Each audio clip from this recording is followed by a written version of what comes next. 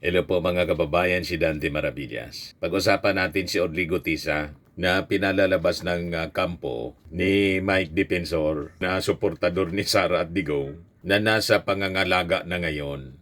Mga kababayan ni Martin Romualdez. Yun din yung sinabi ni Sabit noon. Na alam naman natin, kampo ng mga Duterte. Binabaliktad nila. Iyon nag-present mga kababayan kay Gutesa sa Senado, through Marcoleta, ang nagdala po si Mike Defensor, malinaw.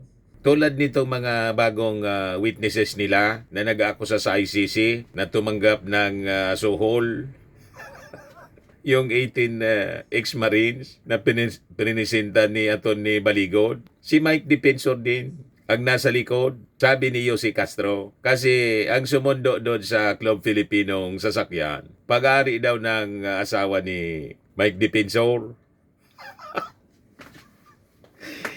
Talaga itong mga taong ito. Mahilig magtay-tay ng mga kwento, mga kababayan. Talagang pilit nilang sinasabit si Martin Romualdez sa yung ating Pangulong Bongbong na tumanggap daw ng bilyon-bilyon, mali-malitang pera mula sa 805 billion pesos na deliveries.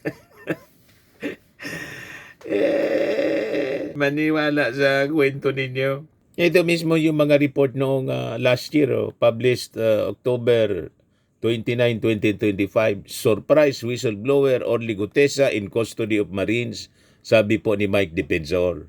Pina-check mga kababayan ni Ping Lacson. Tapos mismong yung mga Marines and Navy, the Armed Forces, nag-deny, wala man na niya sa amin.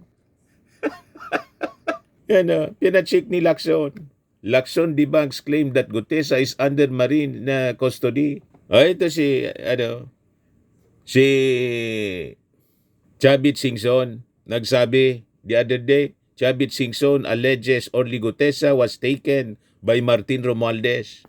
Paano man ilalagay sa custody ni Martin Romualdez na kayo nga ang kampo ninyo ang responsible niya, nagdala sa Senado, si Mike Defensor. Paano nasa care na ngayon ni Martin Romualdez? Na si Martin Romualdez, inaakusa nga ninyo? Inaakusa ni Orly Gutesa? So malinaw na tao ninyo? Tao ni Mike Defensor kasi siya yung nagdala niyan na ang sabi, dating tao ni Saldico.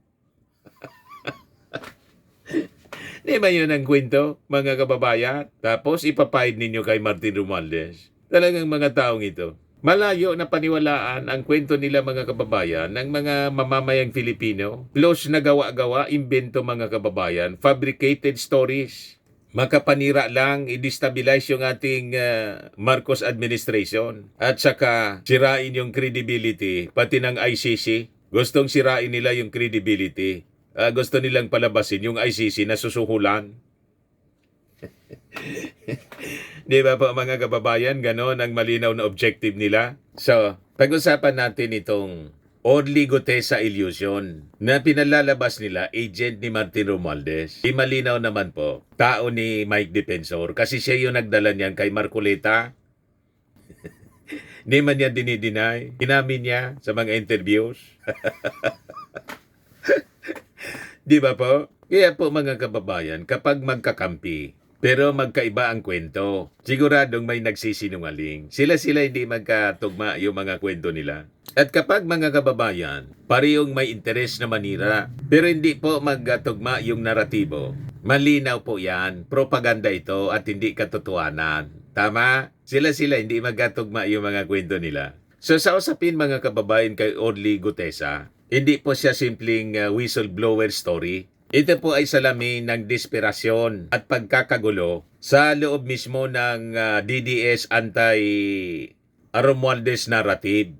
So dito muna tayo sa pahayag ni Chavit. So ayon mismo kay Sabit, na nagkasabit-sabit ang mga kwento, kung hindi niya tinago, bakit di nilalabas? Dahil ang planoan niya nila, pag ginasuhan si Martin Romualdez, siya niya yung testigo, sabi niya, hindi totoo. What? So ang kanilang paratang, mga kababayan, nasa poder na daw ngayon ni Martin Romualdez, si Gutesa. Kayo yung nagdala niyan, yung kaalyado ninyo si Mike Defensor. Siya yung nagsabi na nasa poder ng Marines pagkatapos wala man pala. Tapos hindi na nagpakita. So nasa poder ninyo. Kayo nagpresenta niyan. Si Mike Defensor, dinala kay Marcoleta sa Senado. Tapos nagmabuking na piki yung notaryo sa abogado. Sa affidavit niya, hindi na nagpakita. Tapos ipapahid ninyo kay Martin ngayon. Na si Martin ay yung nagtatago. Di ba mga kababayan? So ito yung logic check. Kung si Gutesa pa kontrolado ngayon ni Martin. So bakit siya ginawang testigo laban kay Martin? Di ba? Kung may planong gamitin para depensahan po si Martin Romualdez, bakit siya, mga kababayan, nilantad ng anti-Romualdez camp? Di ba? Bangga-bangga ang logic. Illogical, mga kababayan, madaling sabi. Yung kanilang naratibo, ang kanilang kwento, walang consistency. So, makikita natin, pag inanalyze natin, mga kababayan, yung statement ni Sabit, isa pong damage control. Mas mukha, mga kababayan, sinusubukan nila na ma-preempt ang credibility collapse ni Gutesa na kanilang witness mismo. Tama? So dito tayo sa bersyon ni Mike Defensor. Di ba sabi ni Mike Defensor, nasa custody daw ng Marines? Hindi daw nagtatago si Gutesa. Kwento ni ni Mike Defensor. Kundi nakasecure location. Naambos daw pero di man tinamaan. Yun ang mga kwento niya. May mga unidentified individuals daw na nagmamatsyag. Yan sabi ni Mike Defensor sa mga interviews sa Maisog Rally, people power nila. So pakinggan natin, i-analyze natin ng mahinahon. Kung may ambos tulad ng kwento ni Mike Defensor, nasaan yung police report? May blatter ba? May kaso ba laban sa mga suspect, mga individuals na ng ambos? May CCTV video ba? May incident report? May official complaint ba? Ayan ang mga tanong, mga kababayan. Ang sagot, wala. Wala. Kwento lang ni Mike Defensor. Sa batas kasi po, pag may ambos, may criminal offense na dapat may documentation. Tama po. Hindi pwedeng may kwentong ambos tulad ng gorgor kwento ni Sarah, wala man blatter. Basta daw may attempt sa kanyang gorgor. Kwento lang niya. Tapos may kuwan siya dito. May ginorgoran. Ay nako, mga kababayan. Puro pa victim. Kung totoong may banta sa buhay ni Gutesa, bakit walang formal report, walang formal complaint? Kung may surveillance sa kanya, bakit walang intelligence report na isinumuti? So makikita natin dito na puro insinuation ng kanilang narrative. Walang institutional trail. Defensive tone ito po, mga kababayan. Pero kapag defensive, ang tono, pero walang ebidensya, mga kababayan, indikasyon ito ng kahinaan. At malamang sa malamang, tama yung theory natin. Ang kwento nila ay kwentong kutsero, gawa-gawa lang nila. Kasi po malinaw, magkakampi sila, magkaiba yung script. Bangga. Malinaw, mga kababayan, yung inconsistency. Ang statement ni Chavit, nasa poder na daw ni Romualdez, yung si Gutesa. Statement naman po ni Mike Defensor, nasa custody ng Philippine Marine Philippine Marines for protection, na dininay din ng Philippine Marines. Sinunog agad yung kwento ni Mike Defensor. So dalawang magkaibang kwento. Kasi kung nasa poder ni Romualdez, si Gutesa tulad ng sabi ni Sabit, bakit po may marine custody claim si Mike Defensor? Ngayon, ang tanong, kung nasa marine custody naman po, halimbawa paniwalaan natin, nasa marine custody tulad ng sabi ni Mike Defensor, bakit isinasangkot ngayon si Martin Romualdez bilang may control daw kay Gutesa?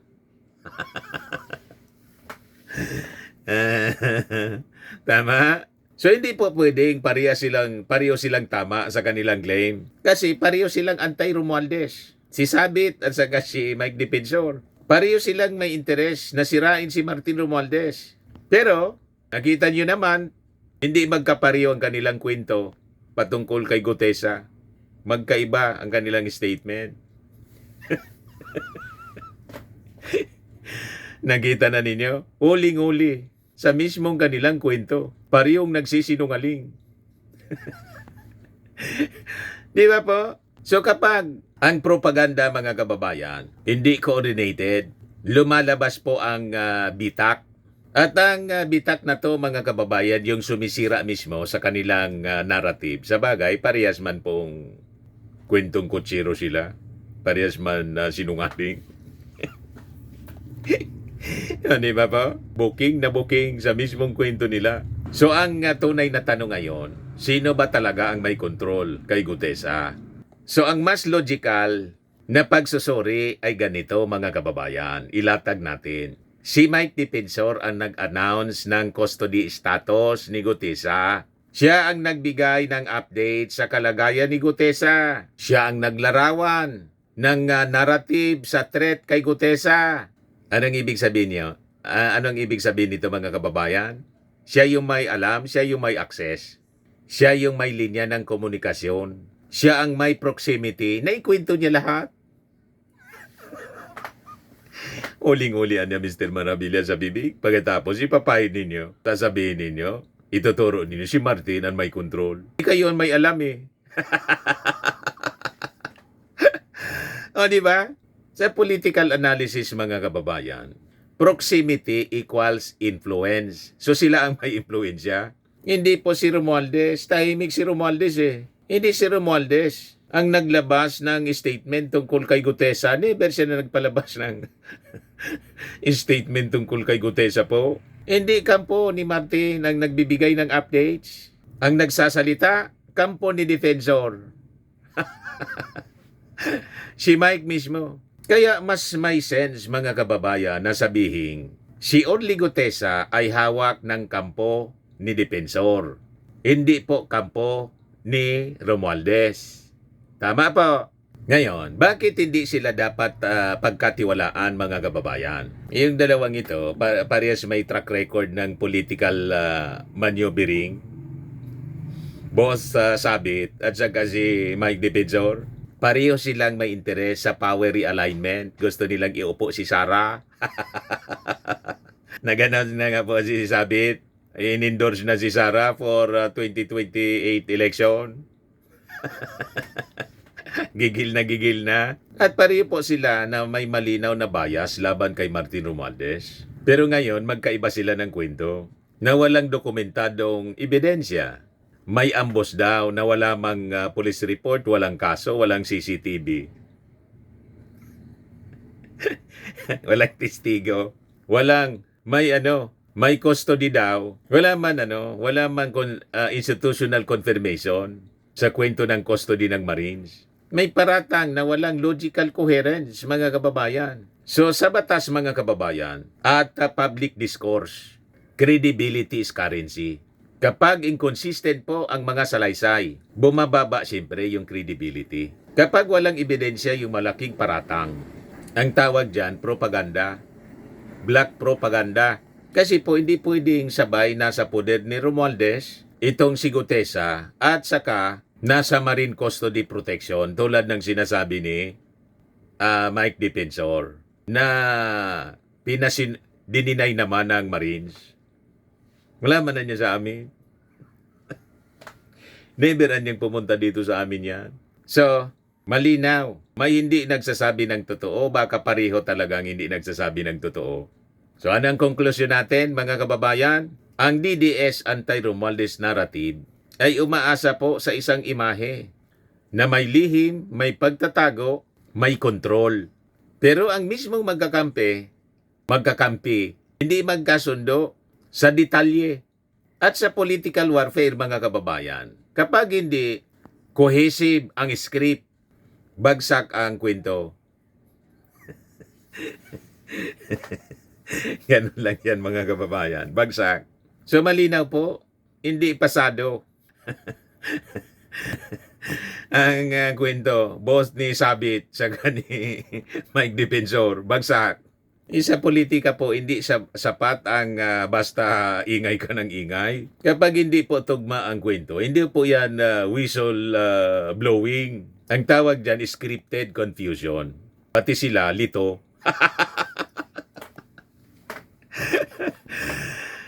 Hilong talilong mga kababayan. So ang hindi magkatugmang kwento, magkatugmang script mula po kay Sabit at kay Mike Defensor, hindi dapat po pinapaniwalaan. Mga uto-uto lang ang maniniwala sa kanila. Yan kung gusto ninyong matawag na uto-uto at pulpol. Kung proud kayo, okay, paniwalaan ninyo. Tama po, mga kababayan. Yan man lang po ang short video natin. Ako po si Dante Maravillas. Bye-bye. God bless.